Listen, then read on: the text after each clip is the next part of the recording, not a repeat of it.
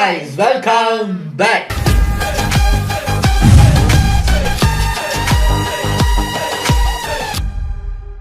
எனக்கு நம்ம ஒரு தக் லைஃப் வீடியோ தான் பார்க்க போகிறோம் ஃப்ரம் தம்பி போவோமா சேனல். லாஸ்ட் வீக் தான் இதே டாப்பிக்கில் ஒரு வீடியோ பார்த்தா அடுத்த வீக்கு அதே டாப்பிக்கில் புது வீடியோ வந்திருக்கு. அதாவது பொலிட்டீஷியன்ஸ் தக் லைஃப் தான், பொலிட்டிக்கல் தக் லைஃப் தான் பார்க்க போகிறோம். யார் யார் என்னென்ன பண்ணி வச்சிருக்காங்க அப்படிங்கிறத உள்ள போய் பார்க்கலாம். இது ஒரு 10 minutes ஷார்ட் வீடியோங்கிறதுனால டக்குன்னு பார்த்துட்டு ரெடி.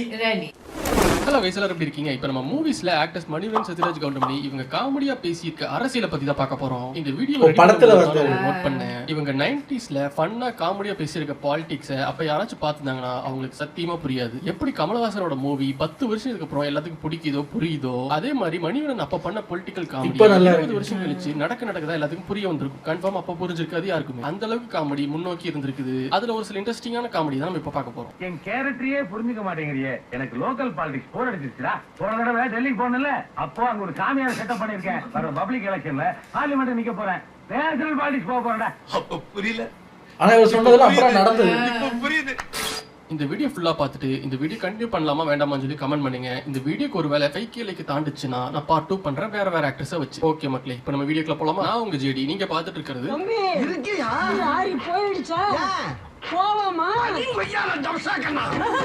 ஃபர்ஸ்ட் படம் 1994 ரிலீஸ் ஆன தாய்மாமன் படத்துல இருந்து போயிடலாம். இந்த மூவில ஒதுக்கி அந்த செக்டாரை பாலிடிக்ஸா யூஸ் பண்ணிட்டாரு மணிவண்ணன். அரசியல் அடித்தட்டு மக்களுக்கும் புரியற மாதிரி காமெடியில வச்சு சொல்லியிருப்பாரு. நீ எதுக்காக எங்க கட்சியில சேர்ந்து எம்எல்ஏ ஆகணுங்கிற? எங்க கட்சி கொள்கை பிடிச்சு போச்சு. இல்லைங்க, அது இல்லைங்கிறது எங்களுக்கு தெரியுமாப்பா. என்னை மாதிரி பெருசா துண்டு போடுவேன் ஆசை வந்துருச்சா? அந்த கரகத்தை யாருக்குன்னா சுமக்கிறது பாத்தியா? அது கிரகம்னு அண்ணனுக்கே இப்பதான் தெரியுது. சரி, எல்லாத்தையும் மாதிரி நீங்க கூட கொள்ளை அடிக்கலாம் திட்டம் போட்ட வேணுமா? நானு நின்று ஜெயிக்கிறதுங்க, எங்க மாமா நின்று ஜெயிக்கிட்டுங்க. ஒரு தொகுதிக்கு ஒரு எம்எல்ஏ உள்ள தாங்க முடியல. இதுல இவரும் ஜெயிக்கணுமா இவங்க மாமனும் ஜெயிக்கணுமா? அரசியல வெளியில சவுண்ட் பலமா கொடுக்கணும். ஆளை பார்த்துட்டு கூறி குறியா. A few moments later. அண்ணா வணக்கண்ணா. அண்ணா வணக்கம். என்ன பேரு? எலெக்ஷன் நின்னு சொன்ன காக்கா உருவில கும்பிடுறாங்க. அப்படின்னா எம்எல்ஏங்கிற தொழிலுங்களா? பெரிய பிசினஸ்ல அப்படிங்களா? வீடு சைஸ் பாரு, அதுல கட்டுதான். இந்த தாய்மாமன் படத்துல அல்வாவை பத்தி போற போக்குல ஒரு சின்ன காமெடி பண்ணிட்டு போவாங்க. உங்க 2 பேருக்கு உண்மையிலேயே அறிவு இல்லையா, இல்ல அறிவு இல்லாத மாதிரி நடிச்சு எனக்கு அல்வா கொடுக்குறீங்களா? அல்வா பத்தி எனக்கு தெரியாது. ஆமா, உனக்கு ஒண்ணும் தெரியாது. ஆமா, உனக்கு ஒண்ணும் தெரியாது. ஆனா இதோட கனெக்ஷன் இதுக்கு முன்னாடி ரிலீஸ் ஆன அமைதி படை மூவில இருக்கும். கல்யாணம் பண்ணாட்டு கச்சேரி பண்ண முடியும் போல இருக்குதா? அப்பா அல்வா கொடுத்துட வேண்டியதுதான். ஆமா, எதுக்கு அப்படின்னா அல்வால கலகறதுக்கா? அல்வாங்க ஒவ்வொருத்தர் பிறந்த நாளைக்கு சாக்லேட் கொடுப்பாங்க, கேக் கொடுப்பாங்க. நீங்க அல்வா தரீங்க. மத்தவங்கள பத்தி எனக்கு தெரியாதுங்க. நான் எப்பவுமே எல்லாருக்கும் அல்வா கொடுக்கறதாங்க பழக்கம். இல்ல அறிவு இல்லாத மாதிரி நடிச்சு எனக்கு அல்வா கொடுக்குறீங்களா? அல்வா பத்தி எனக்கு தெரியாது. ஆமா, உனக்கு ஒண்ணும் தெரியாது. ஆமா, உனக்கு ஒண்ணும் அந்த தெரியாது. படத்துல வந்து 2 வருது.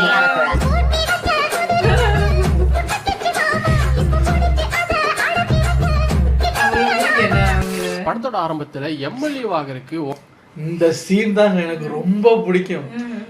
மீனாவை கட்டிக்கிறதுக்கு என்ன பண்றதுன்னு தெரியல. ஒரு நல்ல படிச்ச தொழில இருக்கிற மாப்பிள்ள தான் வேணும்னு, இதுக்கு மேலே அவ படிக்க முடியாது.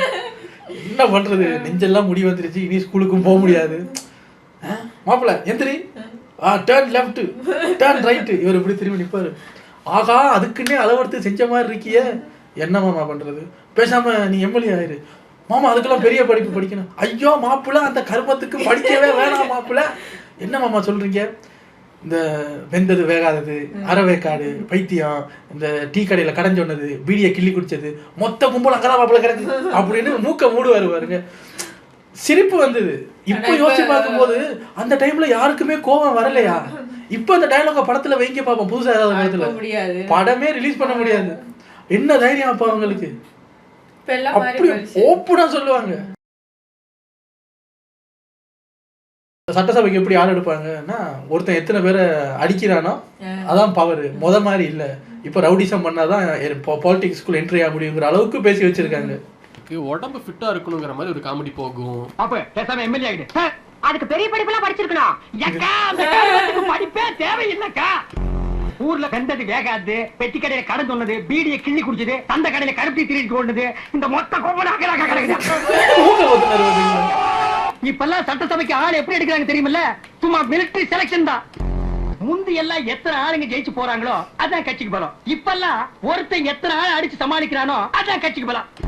இதை இப்போ நம்ம ஜென்ரேஷன்ல இருக்கவங்க பார்த்தோம்னா இது ஏதோ சும்மா எம்எல்ஏ வச்சு ஒரு சாதாரணமான காமெடின்னு சொல்லி கடந்து போயிடுவோம். ஆனா இதுக்கு பின்னாடி இன்னொரு விஷயம் இருக்கு. 1989ல இது வரைக்கும் தமிழோட ஹிஸ்டரியில நடக்காத மாதிரி சட்டசபையில ஒரு சம்பவம் நடந்தது. ஏடிஎம்கேக்கும் டிஎம்கேக்கும் வாக்குவாதம் முற்றி போய் 2 பேர் கை கலப்புல ஈடுபட்டு பயங்கரமா சண்டை போட்டுக்கிட்டாங்க. WWE மிஞ்சற மாதிரி சின்ன சண்டையெல்லாம் இல்ல, 2 பேர் பயங்கரமா கையில கடைகள்ல வச்சு மாத்தி அடிச்சுக்கிட்டாங்க. இதுல ஜெயலலிதா அவர்கள் தாக்கப்பட்டாங்க. இந்த சம்பவத்தை 5 வருஷம் கழிச்சு 1994 அப்ப மூவில கலாய்க்கிற மாதிரி சொல்லி இருக்காரு. இதை பத்தி பேசுறதுக்கு எல்லாரும் தங்கிட்டு இருந்த டைம்ல அதுவும் ஏடிஎம்கே ஜெயலலிதா அவர்கள் ஆட்சியிலேயே மனுஷன் மூவில காமெடியில சொல்லி வச்சிருக்காரு. இப்பெல்லாம் சட்டசபைக்கு ஆள் எப்படி எடுக்கிறாங்க தெரியுமில்ல? சும்மா மிலிட்டரி செலக்ஷன் தான். சுமாரா நீ எத்தனை பேர் அடிப்ப? கோவம் வந்தாலும் வராட்டியா? வராம ஒரு 10-20 வந்தா ஒரு 40-50. அட பாதி அசம்பிளிய புடிச்ச மாதிரி. முந்தி எல்லாம் எத்தனை ஆளுங்க ஜெயிச்சு போறாங்களோ அதான் கட்சிக்கு பலம். இப்பெல்லாம் ஒருத்தன் எத்தனை ஆள் அடிச்சு சமாளிக்கிறானோ அதான் கட்சிக்கு பலம். படம் ஃபுல்லா இது மட்டும் இல்ல, இன்னும் ஓப்பனாவே ஒரு கட்சிக்கு சப்போர்ட் பண்ணியிருக்காரு மணிவண்ணன். 1994 அப்ப வைகோ டிஎம்கேல இருந்து வெளியே வந்து இல்ல டிஎம்கே அவரை வெளியே அனுப்பி வெளியே வந்து மே மாசம் 6ஆம் தேதி ஒரு கட்சி ஆரம்பிச்சாரு. அந்த கட்சியோட பேர் மறுமலர்ச்சி திராவிட முன்னேற்ற கழகம், MDMK. பேரை நல்லா ஞாபகம் வச்சுக்கோங்க. அப்படி ஆல்மோஸ்ட் டிஎம்கேவை எம்ஜிஆர் எப்படி 2ஆ உடைச்சிட்டு வந்தாரோ அதே எஃபெக்ட் இவரும் கொடுத்தாரு வைகோவும். இந்த பிரிவு நடந்து 4 மாசம் கழிச்சு தான் தாய்மாமன் மூவி ரிலீஸ் ஆகும். அதுல இப்படி ஒரு சீன்ல பேசியிருப்பாரு மணிவண்ணன். நீங்களே என்ன சொல்ல வராருன்னு புரிஞ்சுக்கோங்க. எலெக்ஷன் முந்தி மாதிரி இல்லையப்பா. பொது தேர்தல் வர்றதுக்குள்ள ஜனங்க மத்தியில மறுமலர்ச்சி வந்து திருந்திட்டான்னு வையே. எங்கிருந்து போடுவ கல்லோட்டையா? ஜனங்க மத்தியில மறுமலர்ச்சி வந்து திருந்திட்டான்னு வையே. எங்கிருந்து போடுவ கல்லோட்டையா? அந்த டயலாகோட அர்த்தத்தை புரிஞ்சுவாரு. மணிவண்ணன் நார்மல் படத்திலே பயங்கரமா அரசியல் பேசுவாரு. என்னுடைய ஏரியாவில வந்து ஐயோடைய வெயிட் ஆக்கிரமிச்சு அழுபவன்றவன் நான் சார். வெளியவாடா ஆக்கிரமிச்சு அழுபவன்றவன் நான் சார். வெளியவாடா. அவரோட சட்ட கலர் பாருங்க. போனத்தை ஊருக்கு போயிட்டு போறேன்னு சொல்றவங்க விடமாட்டி நம்ப ஒண்ணு நாளைக்கே 4 மூணு கிச்சு கொண்டு வந்து நடுவுல குடிச்சு போட்டா உன்னால என்னடா பண்ண முடியும்? நரம்பாடுறதுக்கு நீ சாத்திரம் பேசிட்டு இருக்கியா? கொண்டு வந்து நடுவுல குடிச்சு போட்டா உன்னால என்னடா பண்ண முடியும்?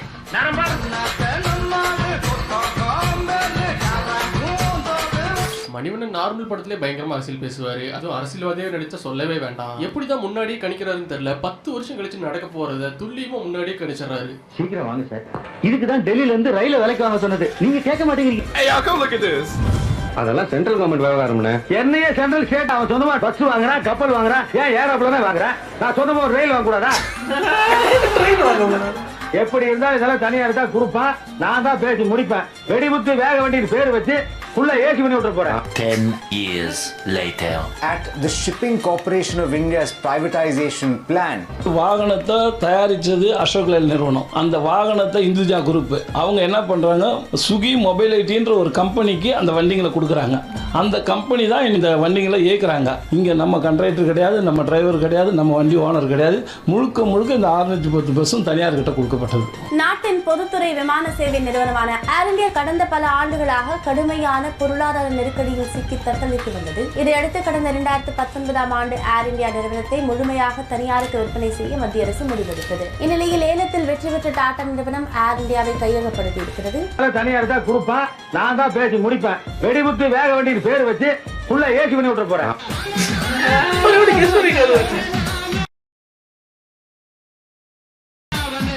மணிவண்ணன் அவரோட பாலிசி என்ன, ஒருத்தரை கலாய்ச்சாதான் நீ என்ன மட்டும் கலாய்க்கிற, அப்ப நீ அவங்க ஆளுன்னு சொல்லி ஒரு பிரச்சனை வரும்னு மொத்தத்துல எல்லாத்தையும் கலாய்ச்சாரு. சோ இது அப்படியே ஒண்ணுக்கு ஒண்ணுன்னு சொல்லி எல்லாம் நியூட்ரலா போயிருது. அவர் அப்ப கலாய்ச்சதுல ஒரு 10% கூட இப்ப மூவில யாருமே பண்றது இல்ல, பண்ண முடியாது. அதுக்கு ஒரு நல்ல எக்ஸாம்பிள்னா அமைதிப்படை தான் சொல்லணும்.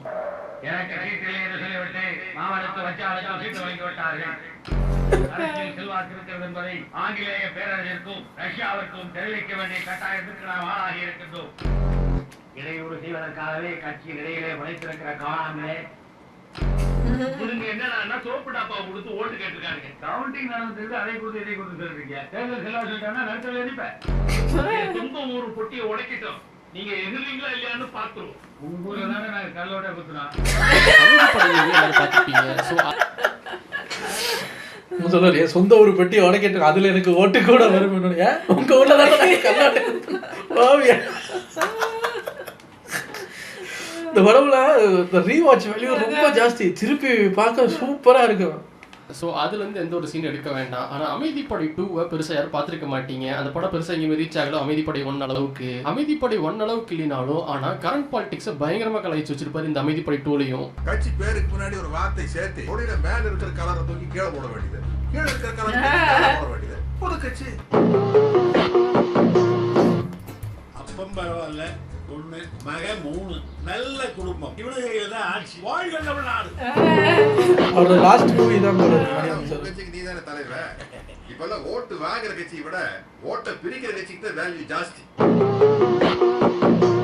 கொசுவை ஒழிக்கிறது அவ்வளவு நல்லதா படலீங்கண்ணா. கொசு மருந்து வியாபாரம் இருக்குங்களே, 7000 கோடிக்கு மேல வியாபாரம் ஆகுதுங்கண்ணா. உங்களுக்கு மனுஷன் ஒண்ணுக்கு 700 கோடி கமிஷனா வந்துட்டு இருக்கு. அதை நம்ம வழங்க முடியுங்களா? யாருக்கு தெரியும்? இவனுங்களுக்கு தெரியாது. ஆனா நாளைக்கு வடக்கு இருந்து வருவானுங்க ஆபீசர்ஸ், அப்ப தெரியும். மகளிர் அணிக்கு ஒன்னதான் தலைவராக போல இருக்கு. மகளிர் அணிக்கு எப்படின்னா ஆம்பளை பசங்களை தலைவராக முடியும், இளைஞர் அணி தலைவராக முடியா?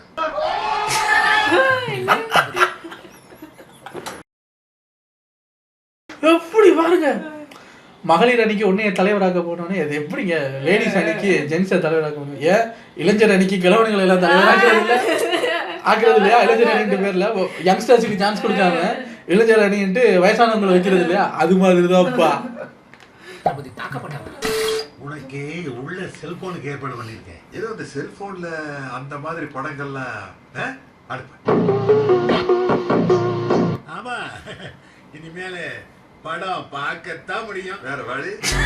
நம்ம பார்த்த எல்லா சம்பவமே உண்மையா நடந்த சம்பவங்களை கலாய்ச்சி படத்துல சீனா சேர்த்திருக்காங்க. எப்படி தமிழ் படங்களை கலாய்ச்சி படமா எடுத்திருக்காங்களோ அதே மாதிரி உண்மையா நடந்த அரசியல் சம்பவங்களை படமா எடுத்திருக்காங்க இந்த படத்துல. இப்ப நம்ம பார்த்த சம்பவங்களை திரும்பவும் பாருங்க. எந்த நடந்த சம்பவத்தை கலாய்ச்சிருக்காங்கன்னு உங்களுக்கு புரிஞ்சதுன்னா எதுன்னு சொல்லி கமெண்ட் பண்ணுங்க. புரியாதவங்க அது என்னன்னு சொல்லி கமெண்ட் பார்த்து தெரிஞ்சுக்குவாங்க. ஒரு சீனை மட்டும் நான் சொல்றேன். KN நேருவோட சகோதரர் ராமஜெயத்தை 2012 ஒரு கும்பல் கடத்தி கொலை பண்ணிருக்கோம். அந்த கேஸ் இன்னும் நடந்துட்டு இருக்கு. மக்களுக்கு தெரிஞ்சு எந்த ஒரு முன்னேற்றமும் இல்ல. அந்த கும்பல் ராமஜெயம் வாக்கிங் போகும்போது கடத்தினதா ஒரு இன்ஃபர்மேஷன் இருக்கு. இந்த சம்பவத்தை எப்படி படத்துல வச்சிருக்காங்க நீங்களே பாருங்க. காலை நடைப்பயிற்சிக்கு சென்ற போது கடத்தப்பட்டு கொடூரமாக கொல்லப்பட்டார். நீ வெடிக்கத்துல எத்தனை மணிக்கு வாக்கிங் போவேன்? வாக்கிங்ல மரண நாட்டம் நடக்கிறனாலீங்கன்னா வீட்டுக்குள்ளேயே ட்ரெட்மில்ல நடக்கும். ரொம்ப தைரியசாலிப்பா. இதே மாதிரி நம்ம பார்த்த எல்லா சீனுமே ஏதோ ஒரு உண்மையான சம்பவத்தை தான் சீனா மாத்திருக்காங்க. என்ன சம்பவம் தெரிஞ்சவங்க என்ன சொல்லி கமெண்ட் பண்ணுங்க. தெரியாதவங்க அதை பார்த்து தெரிஞ்சுக்கிட்டோம். அடுத்த பார்ட் 2 வீடியோல ஆர் சுந்தரராஜன் படங்கள்ல பண்ண அரசியல் சம்பவங்களையும் நம்ம தமிழ்நாட்டுக்குள்ள ஒரு கொலைகாரன் சுத்திட்டு இருக்கானாம. ஒரு கொலைகாரனா? 234 கொலைகாரன் இருக்கிறானுங்க. 30 பேர் வடக்கு வேற போயிருக்கிறானுங்க. கவுண்டமணி படத்துல பண்ண அரசியல் சம்பவங்களையும் பார்க்கலாம். நாட்டுக்காக உயிரியை விட்டான் இலங்கையில, அருமை மனைவி விட்டான் இலங்கையில, புள்ள குட்டிய விட்டான் இலங்கையில. யாரால? சிங்கள வெறியர்களா? எதுக்காக? தமிழுக்காக, தமிழ் இனத்திற்காக.